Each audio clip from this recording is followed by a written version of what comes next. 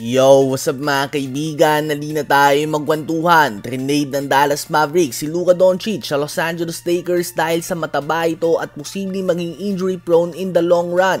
Trinade nila ito para kay Anthony Davis na injury prone na at ngayon ay tumataba na din ito. Reportedly na nagdagdag ng 15 pounds si AD ngayong training camp at kapansin-pansin nga significant weight na tinaas niya. Habang si Luka naman ay walang duda na nagbawas ito ng matinding timbang. Si AD nga ay inulan ng injury sa Lakers simula na nagpalaki siya ng katawan bilang paghahanda sa paglaro ng center position.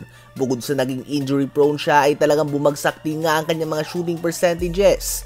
Well, ngayon sa Mavs kahit na bumalik na siya sa pagiging power forward ay hindi naman siya nagbawas ng timbang bagkus nagdagdag pa nga ito ng 15 pounds. Tiyak nga na mas magiging malakas siya sa mga banggaan at kaldagan sa pinta.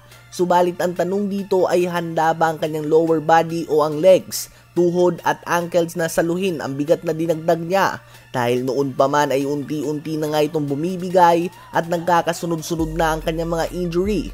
So tila ba nabaliktad ngayon, si AD nga ay lumaki at si Luka naman ay pumayat ng husto matapos na maalis nito sa Dallas Mavericks at mag-focus ng husto sa kanyang diet at workout. Biro nga ng iba ay masyadong nasasarapan umano si Anthony Davis sa Texas barbecue kaya naman tumataba ito. Ano ba masasabi niyo tungkol dito?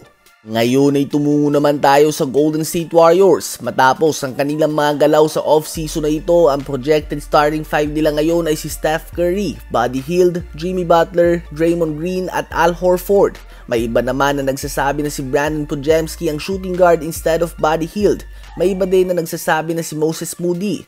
Ganun pa man ang isa pang option nila ay ang ilagay si Jimmy Butler sa shooting guard position at small forward naman si Jonathan Kuminga. That is another option mga kaibigan.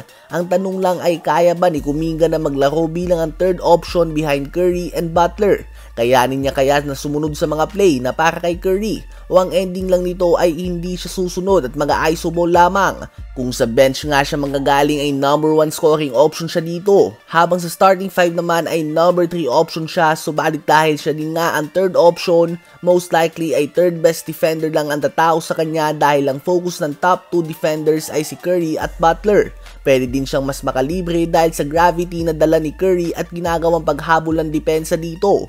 Personally ay mas gugustuhin ko nga si Kuminga bilang spark o instant offense mula sa bench at mas okay na yung tulad nila Podziemski na hustle player na hindi nag-iisip ng puntos sa starting 5 dahil ang kailangan nga nakasama nila Curry sa loob ng court ay yung marunong sumunod sa mga play at willing passer. At so far ay proven nga na may pagkabuwaya nga si Kuminga mga kaibigan at tila ba sa rim ang agad na tingin nito at hindi sa kung sino ba ang open na teammate.